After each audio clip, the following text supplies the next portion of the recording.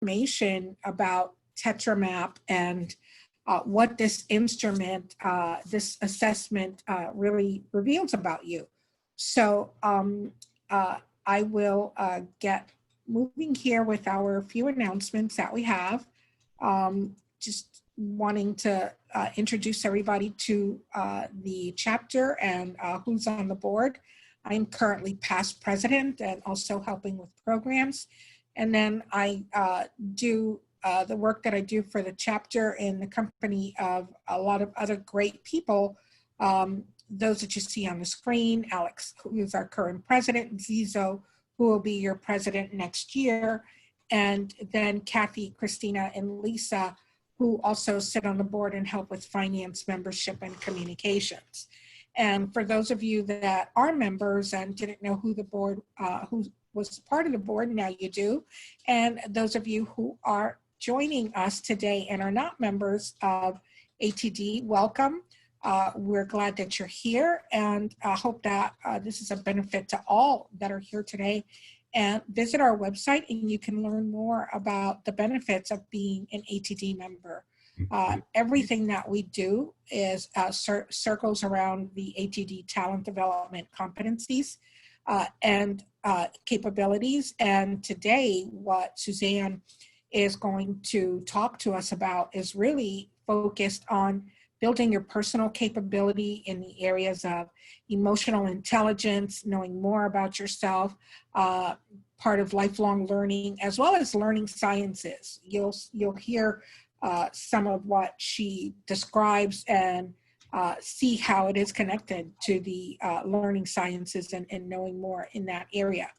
So without further ado, I bring you Suzanne, who is an established senior professional in leadership, change performance improvement, and has over 25 years of experience in delivering successful outcomes for many recognized global brands. She is passionate about growing relationships and helping others develop their skills for how they communicate and lead more effectively. Suzanne is a senior consultant with Curium Solutions, and Curium Solutions focuses on empowering people and organizations across the world to achieve their personal and business potential through best practices, customized tools, models, and frameworks. I personally have collaborated with Suzanne now for quite a few months, doing some webinars for Career Source Central Florida and chatting about putting this together for the members, and can say that she is truly a wonderful and very talented and gifted individual, and I am happy to have her facilitating this for us. So Suzanne, take it away. All right. Well, thank you, Rosa, for that wonderful introduction. I'm very excited to be here. We are going to switch technical aspects, and I'm going to share my screen with you. So give me just a second to do that. I've stopped mine so that should make it easier for you. And I just happened to notice a few messages. Some people were not able to hear. So if you can hear us, go ahead and use your raise your hand or just click yes so that we can make sure everybody can hear. And I've also put that link for Suzanne's, for the teaser in here again. All right, good. I see a lot of thumbs up. All right. All right. And it's also on the screen as well. So just make sure that you capitalize the T in taster or you might get an error message.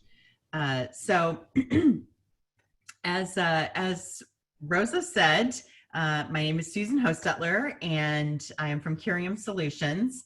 And part of what we do at Curium Solutions is we're also the exclusive distributor for the behavioral instrument TetraMap.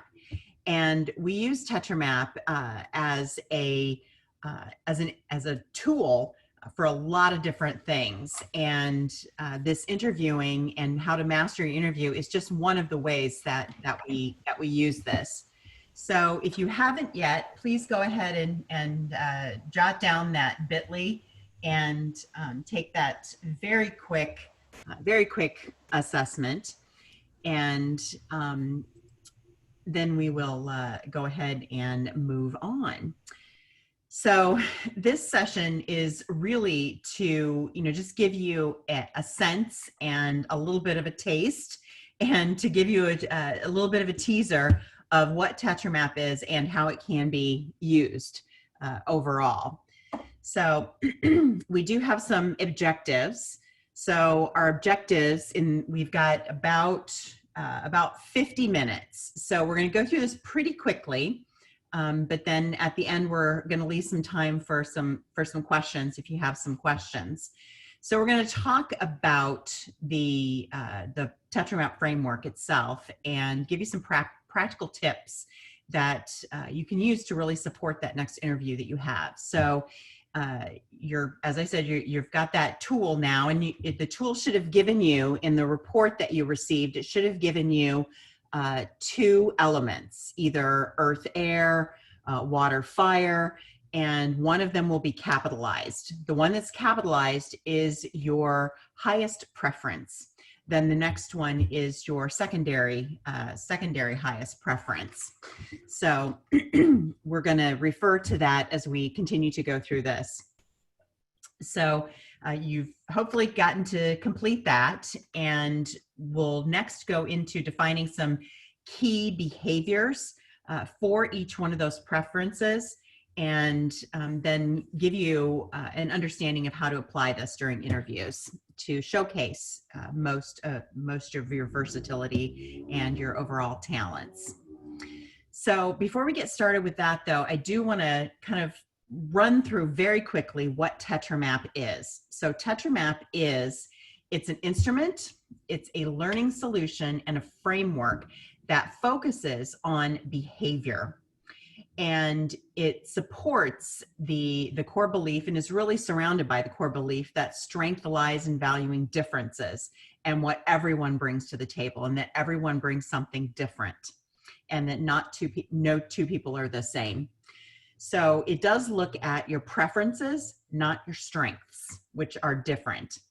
Each one of us has that unique mix of all 4 elements, and we are all 4 elements. And it gives us a map. TetraMap gives us a map. And, you think about the fact that, you get in your car to go to the airport, and you turn on your GPS, or you're going somewhere that you've never been before, and you turn on your GPS, and we get a map to everything that we do these days, but we don't get a map to some of the most challenging things like communication.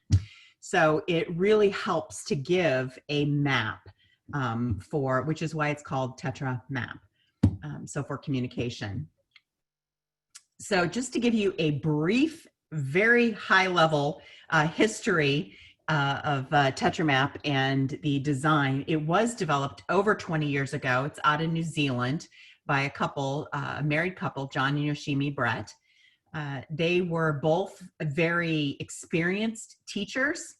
They had a passion for learning, for technology, for health, and preserving the environment. And they still are very active in the company and respect those key elements today. And their challenge was really when they noticed that most of the issues that held people back from succeeding overall were centered around communication and their inability to communicate. So the goal of creating TetraMap was to create a learning model that would reduce conflict and would work for individuals as well as for teams. So what they did from a design standpoint is they combined the elements of nature, earth, air, water, and fire, with Jung's theories, Chinese philosophy, and then the scientific approach of architect Buckminster Fuller, or Bucky as people call him. They created that solution that uses metaphors, because we know that people learn from metaphors. We know that people understand when you explain something via metaphor. It also taps into what people already know, because people already understand the 4 elements of nature. And it uses a tetrahedron, which is a 4-sided triangle, as a model. So those are some of the key elements of the history and design. And then they approach solutions through emotional intelligence, human behavior, and neuroscience. So it combines those 3 things to create a tool that really unboxes people and uses the principles of nature to demonstrate the importance and the value of difference. So that's my little explanation, my very brief explanation of what TetraMap is, but it is an instrument and a learning solution and a framework that strengthens human behavior overall. So the next image I'm going to show you, I'd just like to kind of get your sense of, what do you see here? So you can click off mute and interact and tell me, what do you see here?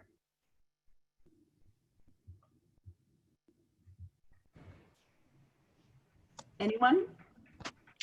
From small things come big things. Yeah. Mm-hmm. Yeah. What else?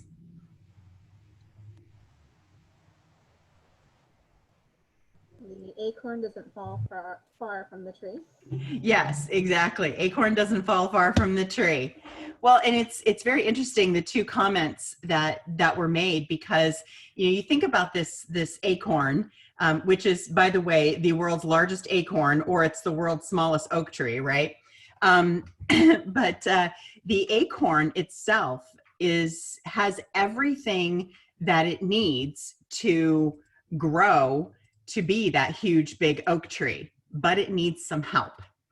And this is the metaphor of nature that we use, because you think about, if that acorn is planted in the earth and it's planted deep enough and it gets enough oxygen or whatever it needs from an air standpoint, it gets enough water, it gets enough sunlight, and it has enough nutrients from the earth, it's going to grow into this beautiful tree.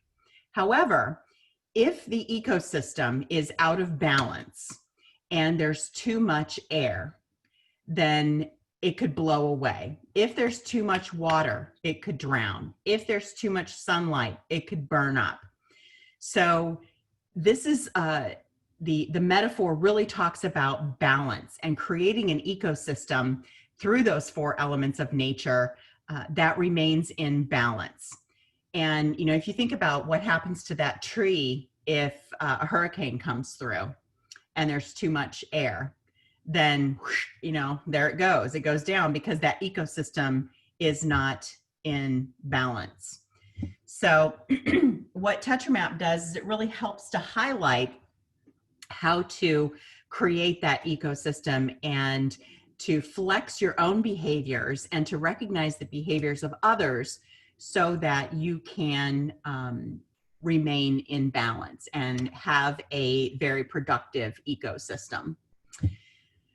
So moving on, now is going to be hopefully everyone has had a chance to take that quick instrument, the mini instrument, because we're going to talk through the 4 elements. So we talk about Earth, and we refer to Earth and say that Earth, like a mountain, is firm. And if you think about Earth and you think about how firm Earth is most of the time, if it is a solid, balanced ecosystem and it doesn't have too much water, it doesn't get too much air, it causes dust, then it is, in the purest form, it is firm. And the Earth element is based in facts. Things like decisive, things like bold come up when you have someone who has a high Earth preference. But if that element is overused, then you can come across as being blunt. So some of the do's and don'ts within the earth element, you want to be direct with someone who has a high earth preference. You want to focus on key results and objectives. You want to be brief, be bright, be gone. These are your walk and talk people. These are, you go in to talk to somebody and they're like, hey, I got a meeting, let's walk and talk. So they're like, I need the information, I need the facts, I need the information now. They're well organized, and they have a tendency sometimes to be impatient, and they want you to follow their pace, so to speak.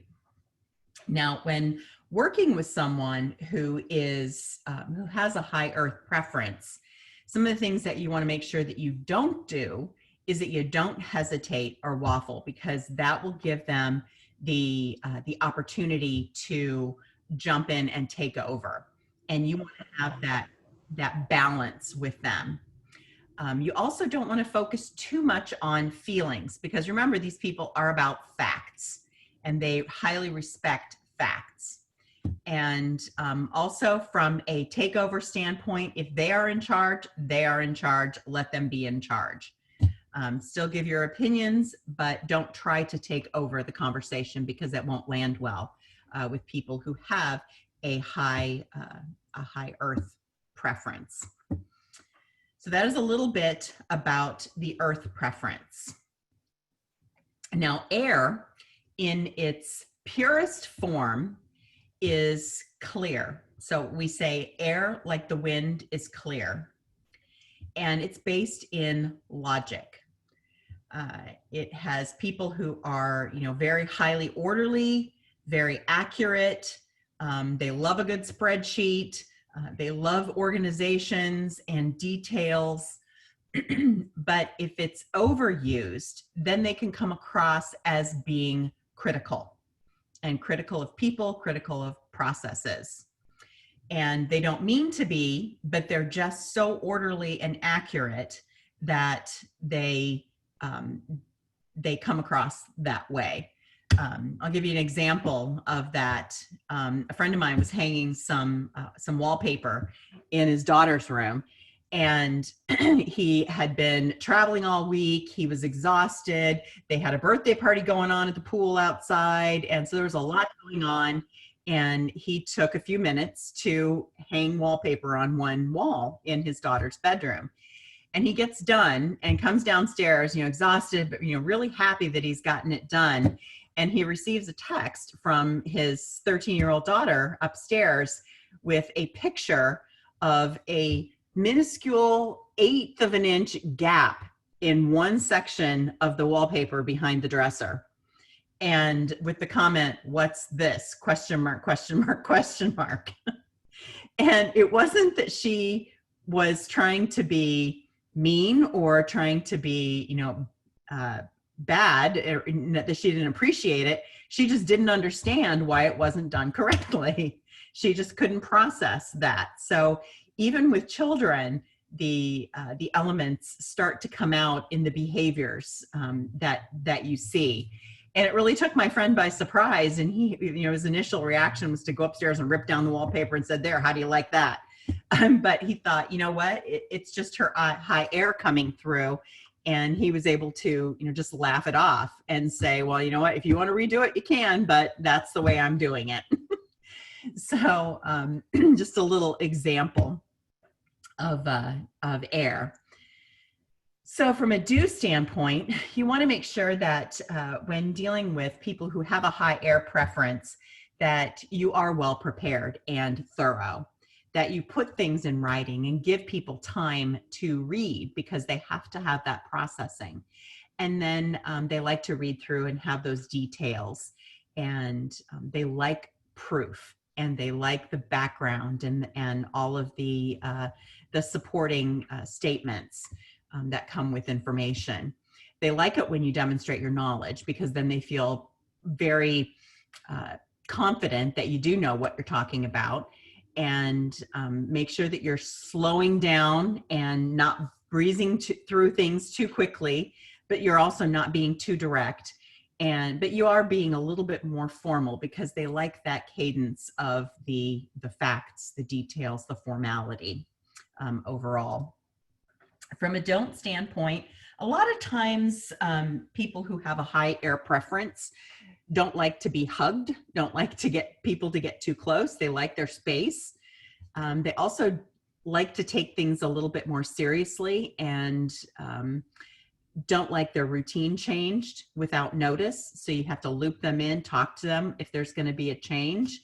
And then they don't like it when you miss details or facts or figures. So always check and recheck when you're presenting something to someone who has a high air preference. So moving on to the next element is water. And we say water, like the lake, is calm. And water itself, oops, let me see, is about feelings. So people who are considerate have a high and patient have a high water preference. But then if you overuse the water element, you could come across as being hesitant and not be able to make a decision, which is not the intent. They just need to process and they need to consider all of the options and how they feel about the situation. So from a do standpoint, if you're interacting with someone who has a high water preference, you want to be patient with them and be supportive.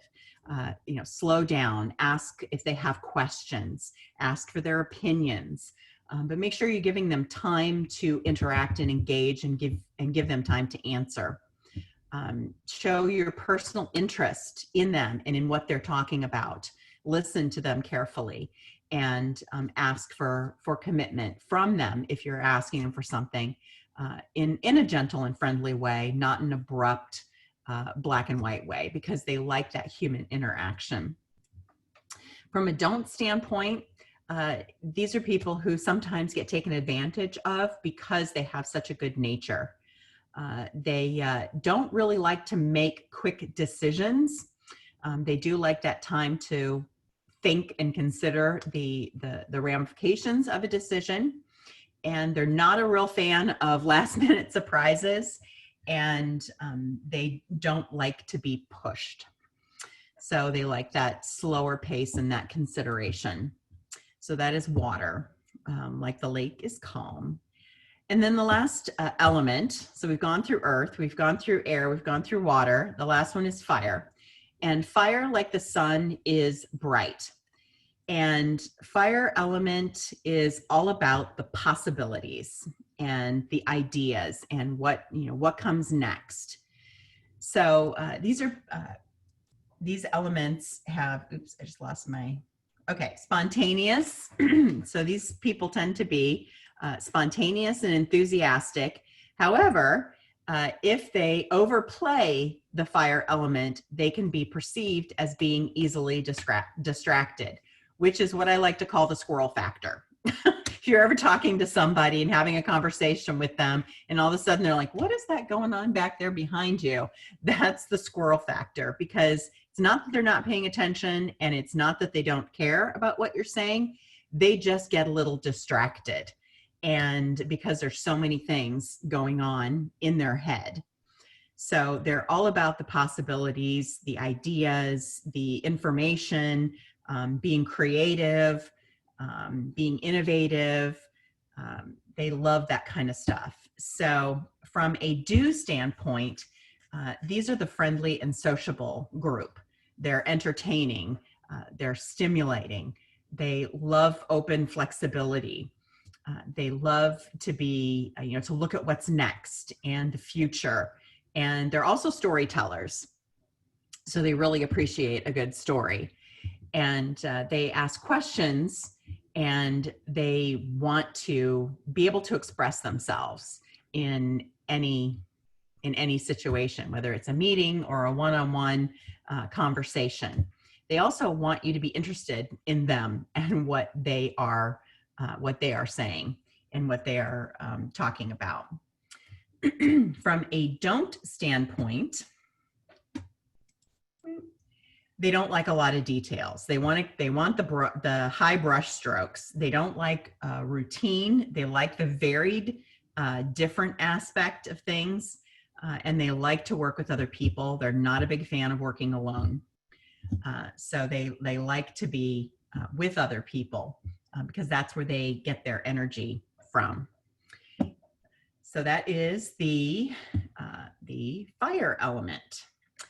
So how does that translate and how does that information relate to preparing for an interview? Where's your focus? What do you do? How does it engage? Well, there's a lot of things that you have to consider when interviewing or preparing for an interview. You have to think about, what do you wear? How are you going to come across? How do you act? How does your personality show up? Do you have the right resume? Do you have the right experience?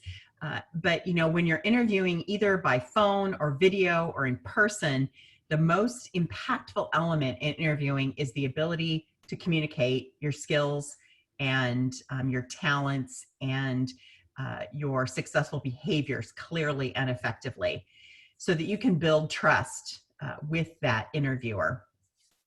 And you can use TetraMap as a framework in both communicating effectively and in building that trust. And we call those sometimes using, finding the cues, the clues, and the triggers for each one of the elements. And that really helps you to identify what that person is looking for, what they prefer, and how you can give them what they are looking for to be more successful in communicating with someone else. So you can consider your element, what your element is and your highest element and what the element of the person is that you're talking to. And then you have to flex to that person's element. So I'm going to talk you through just some examples of how TetraMap can show up in an interview and how you can use TetraMap as a framework. I know we're going through this super fast. So here's a question that most interviewers ask. They say, hey, so tell me about yourself. That's usually one of the first questions that is asked. So how can you apply the TetraMap knowledge to come across the best way that you can? So this is, of course, something that you want to be prepared for. And you want to try to answer the questions about yourself smartly and not excessively, not too little, but not giving too much personal information. Like, I was born in a small town in Indiana to parents, 2 sisters, and a dog named Fluffy. That's really probably not what they're looking for. This is related to your behaviors and your business acumen. So you can begin by, sharing some of your interests and encounters that, maybe don't specifically relate to work, maybe a beloved hobby or a brief account of, your education or what inspires you. And, my goal in life is to help people. My goal in life is to make sure people can be the best version of themselves. So it's, and I do that in whatever I do, whether it's work, whether it is, teaching, girls swimming on, on the weekends. So kind of share a little bit about what makes you you. And you can do that, for example, if you're from an earth standpoint, and you can go through this from a process standpoint. So you can answer the question from an earth perspective, and then you can move on to an air perspective, and then you can move on to the water perspective, and then you can move on to the fire perspective. So you can go through each one of the elements and use the framework of TetraMap to structure your answer and kind of keep you keep the conversation relevant in your head and to keep it structured. So from an earth perspective, you can discuss, I'm really down to earth. I'm very practical. I like to make decisions based on facts, and I always deliver results. So that's an answer that is very earth focused, because remember, earth, like a mountain, is firm and it's based in fact. From an air perspective, you can share how you're able to make sense of a situation with logic. You take notes. You have the ability to analyze risks and identify potential problems. You're a problem solver. So that is from an air perspective. And remember, air, like the wind, is clear. So that's about logic, and it's about information. And then from a water perspective, you can discuss how you relate to people, you know, how you're warm, how you're patient, how you're inclusive of everyone, how you take time to think about the questions, and how a solution might impact the people around you, or the your customer or your employee base, and how that decision might impact people. So it's all about, water, like the lake, is calm. It's all about people and feelings. And then from a fire perspective, tell them about your optimism, how you're always looking for new ideas. You're looking towards the future. You love the possibilities. You love to be innovative, and you love the what can be in any situations. So it shows your resiliency. It shows your creativity, and shows your ability to think outside of the box, so to speak. And remember, fire, like the sun, is bright. So this is about showcasing that bright element and those ideas and the possibilities. It's all about the possibilities. So, and those two, the thumbs up and the thumbs down at the bottom, is just what we talked about at the beginning. Share some fun facts. Those are thumbs up. Thumbs down, don't give a detailed history of your employment. They've got your resume. They want to know about you, not about every single job you've had since 1985 when you started babysitting. So they want to know more about you, your behavior, and how you interact and how you engage with other people. So that's the first question that we're going to review. The second one is, why should we hire you? Which this is sometimes a wrap-up question. And this question is often used to really determine how well you can pull all your thoughts together and your experiences and combine them with the skills that they are looking for and present them back in a balanced and logical way that really showcases the best version of yourself and the person that they feel they can't do without. So from an earth perspective, one of the things that you can do is showcase that I'm focused on making things happen, and I can help you move the company forward. I can help you move your organization forward. I'm confident. I have valuable skills. I'm great at working towards specific organizational goals. So using that kind of language. From an air perspective, it's, I look at things logically. I have a step-by-step approach to problem solving. I am very clear in my communication. I am able to provide details that are needed to the people who need to make the decisions. So I'm able to provide them with the information that they need to make the decisions for the company. From a water perspective, it's about relating and working together as a team, how you're loyal, you have great patience, and desire to see others succeed, and that if the team wins, you win, and that you want everyone to achieve success.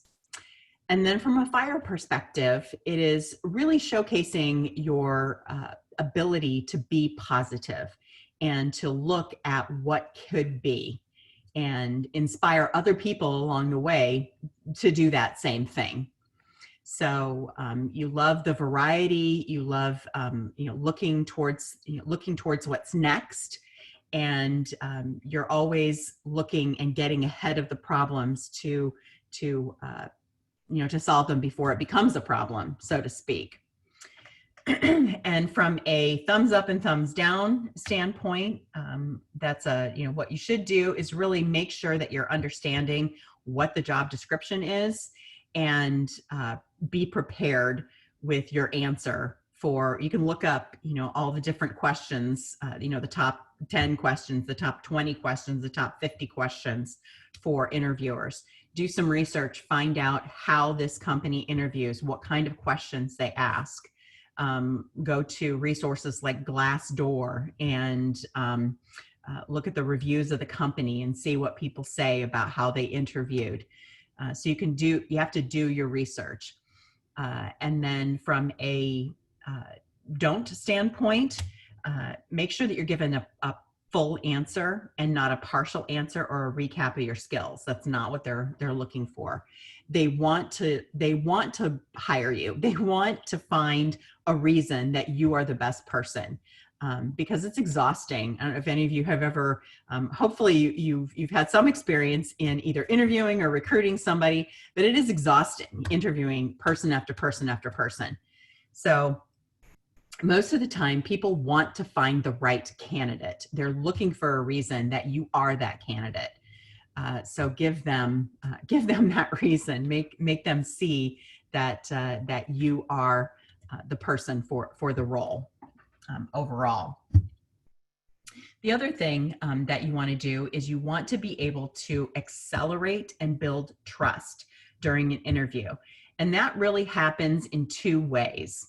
It happens by highlighting your ability to be competent in what you do, and then also highlighting the person that you are through your character. So if you think about the elements of earth and air, that really is your competency side. And then water and fire is really your character side and who you are and how you engage other people. So consider how you're coming across from the competency standpoint and the character standpoint, and make sure that you're building that trust within that interview.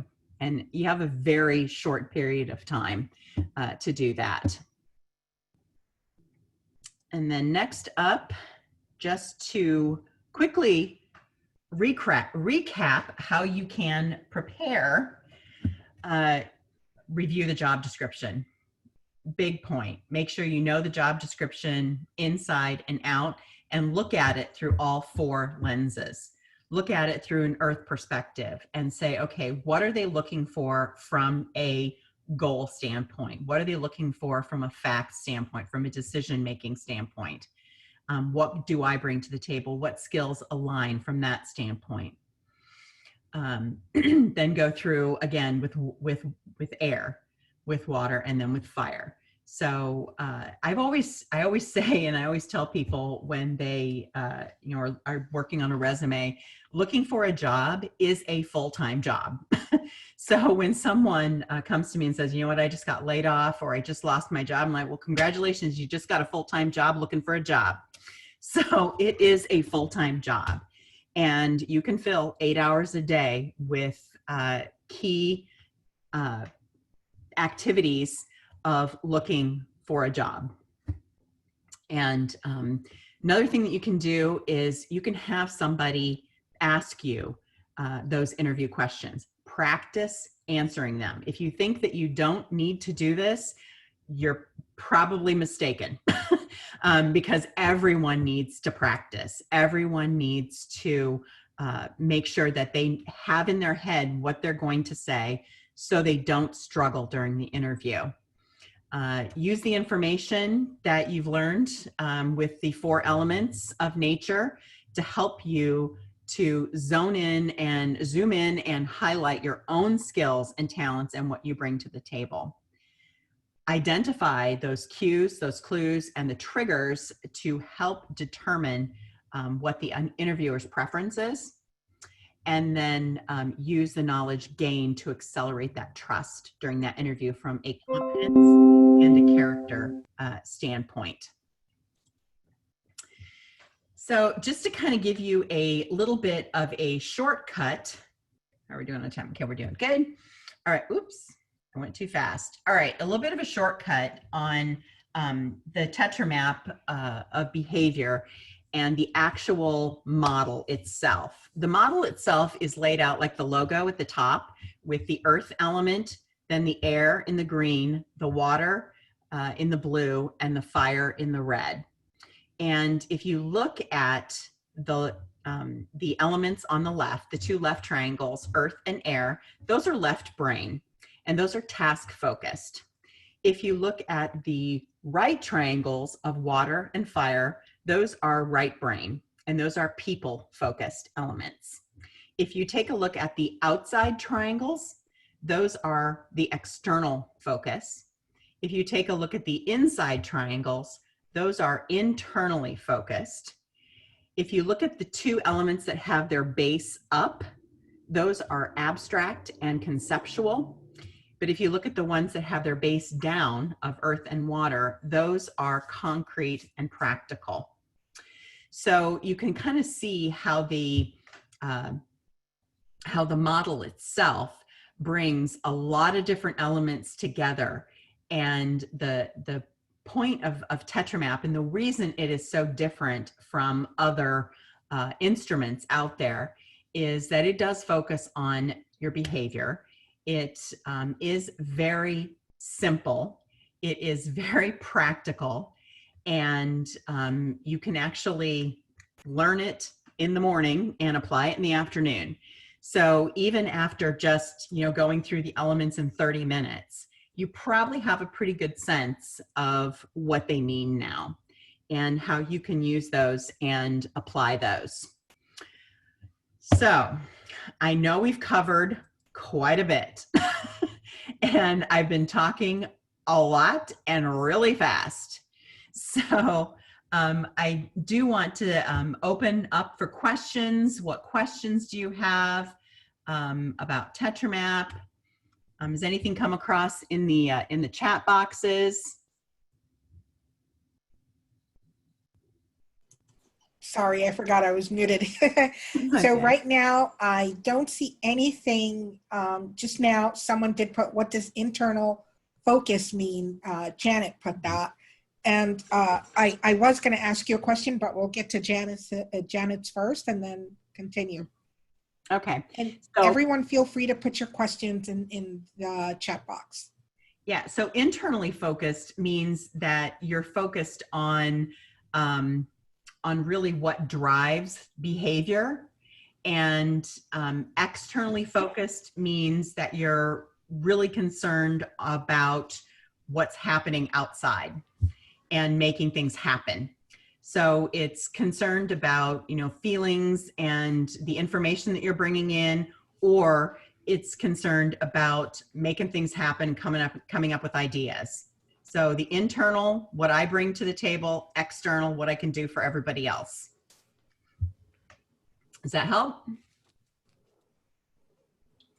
Okay, yeah, thank you. That was great. Thank you. Okay, great. No problem. And so my question was, if I want to bring this to my organization, which you and I were talking about that, yeah, how long does it take for the actual full assessment? I know this was a teaser with, and I mean, oh my God, 6 words, and it gives you a pretty spot on, this is you. So, how long is the other one, and what could I tell them, they would expect? Yeah, it's eerily accurate. Yeah, we always say that. It's 6 words, and it's that eerily accurate. It is. It is. When you go through the full assessment, let me grab one of the books. When you go through the full assessment, which is, by the way, extremely affordable. It's less than $40 per assessment. Okay. So it's really affordable for an individual or for an entire team to go through it. But the entire assessment, I don't know if you can see this. Yeah. I see. Oh, okay. This is it. So whether you do it online, which we do have a digital platform, or whether you do it in person and on paper, the full assessment is 40 words. So Got it. there are 10 different sets of words that you rank from 1 to 4, 4 being the most like you, 1 being the least like you. And then at the end, you get a score for each one of the elements. Because we know that we are all 4 elements, you will never get a 0 in any of the elements because we are all 4. It's just a combination of the 4. So none of the scores will ever drop below a 10. You will always have some part of that element in your scoring. So that's, so the workshop that we normally do is about 3 hours. So we do a 3-hour engaging workshop where we go through the full instrument, and we split people up into 4 corners. We talk about each one of the elements, and we have them actually create a presentation and present back. So it embeds that learning. Yeah, we do the same thing via virtual as well. A lot of times we use Zoom breakout rooms, and we'll divide people up by their element into 4 virtual rooms, and then they'll come back and they'll present, and it works pretty well. So we do that right now. We're doing that a lot because we can't facilitate in person for big groups. So COVID.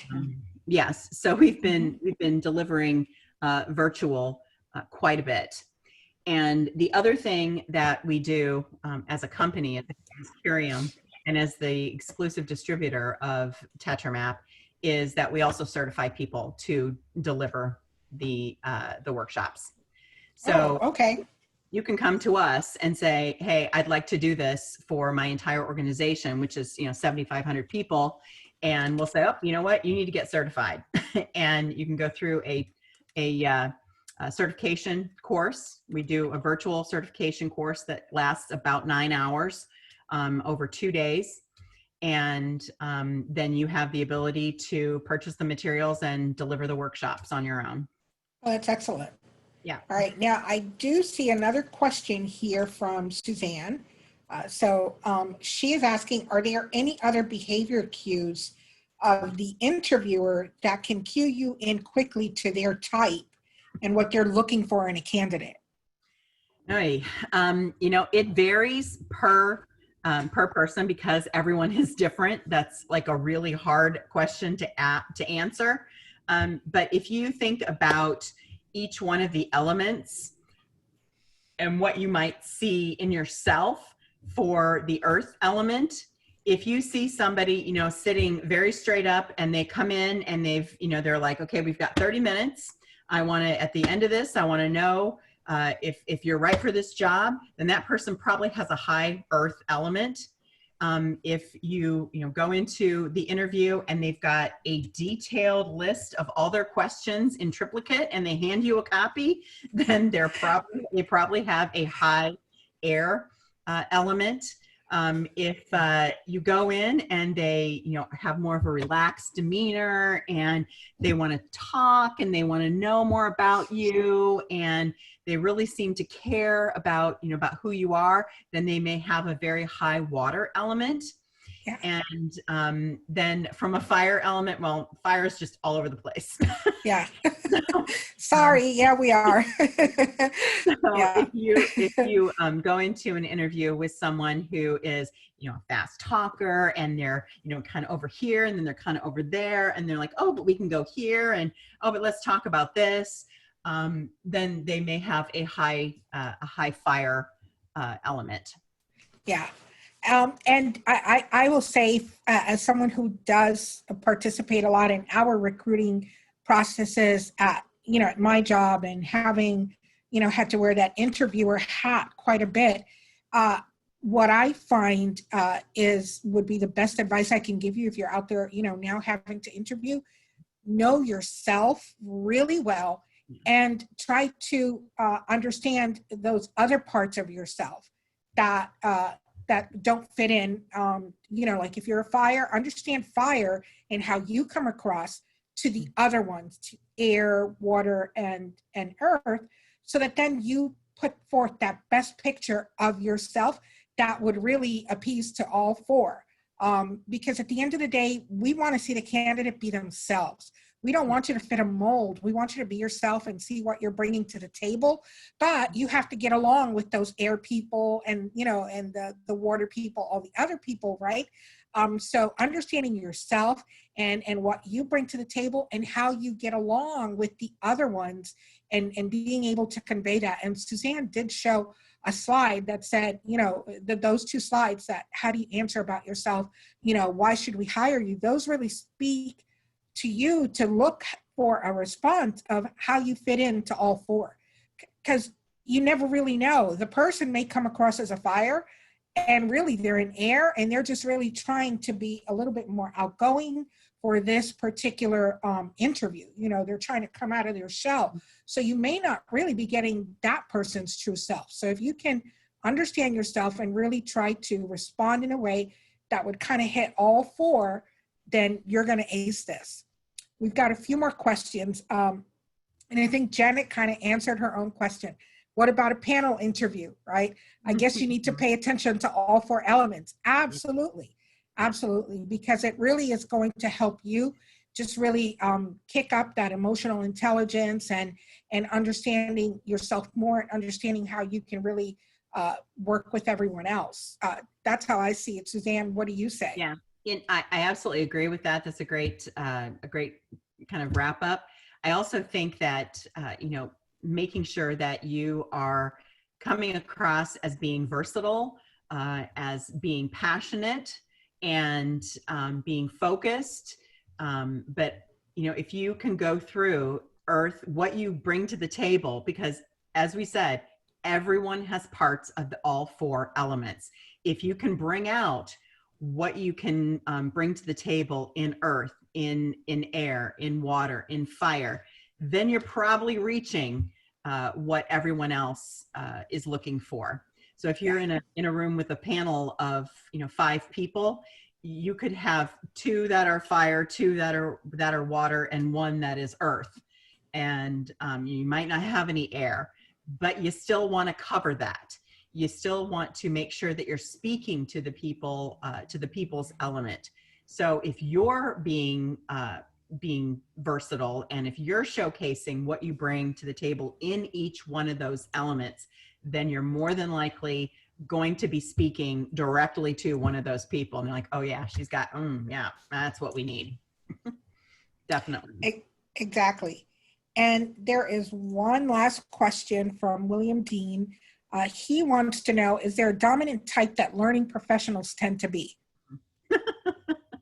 Well, I have my own opinion about that. We're all over the place. Okay, so learning professionals and people who are usually in that HR kind of area usually tend to land more in the water fire elements because they are about human interactions. They are about the fun and the engaging and the, you know, the activity and the innovation. But then if you have somebody who is a very high, you know, high air, they may be more into the analytics of and tracking. They may gravitate towards things like focus groups or, you know, pulse surveys and, you know, things like that. And then someone who has more of a high earth element, they may be more of the leader of the team and have that ability. And what we've found is when we go and do like a diagnostic of teams, if we find that a team comes to us and says, you know what, we're having a problem communicating internally and we can't figure out why. Can you come in and help us figure it out? The first thing we'll do is we'll come in and do a TetraMap workshop for them. And a lot of times what we'll find is we'll find that the majority of that team lands in one element. The highest element is one element and they have nothing on the other side or very little on the other side from a higher element standpoint. And what that's doing is, if you go into a team and you've got 5 people who have very high fire, but there's no one that's making the decisions and no one that wants to make the decisions, then you're not moving forward. And that's what we found. And we can help them by saying, you know what, balance. You need to bring out the elements. You need to learn how to flex. Who has talents in X, Y, Z. During your next hiring phase, what skills do you need to balance out your team? So it really can be used for that diagnostic tool as well. Right, because it is about bringing balance to the team, and you really need a little bit of all so that people can collaborate well. Mm-hmm. That was awesome. All right, any other questions before we wrap this up?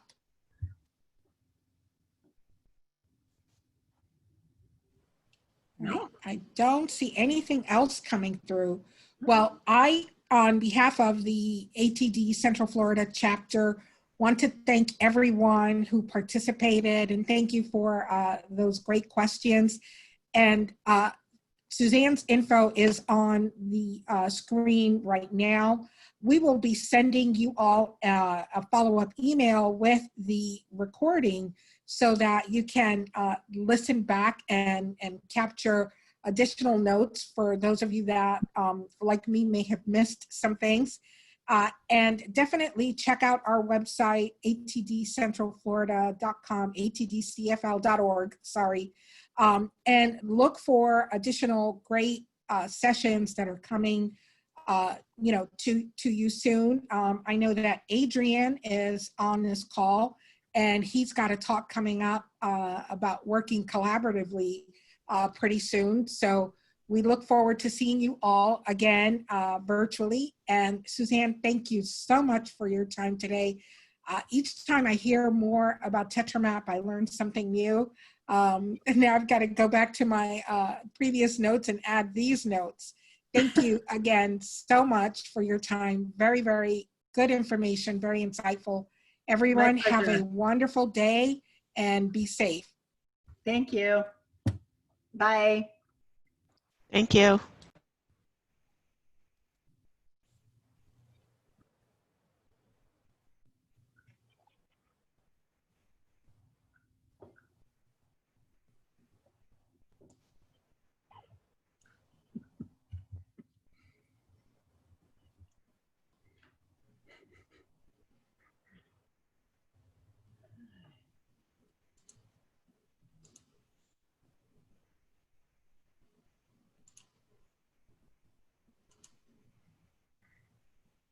One more.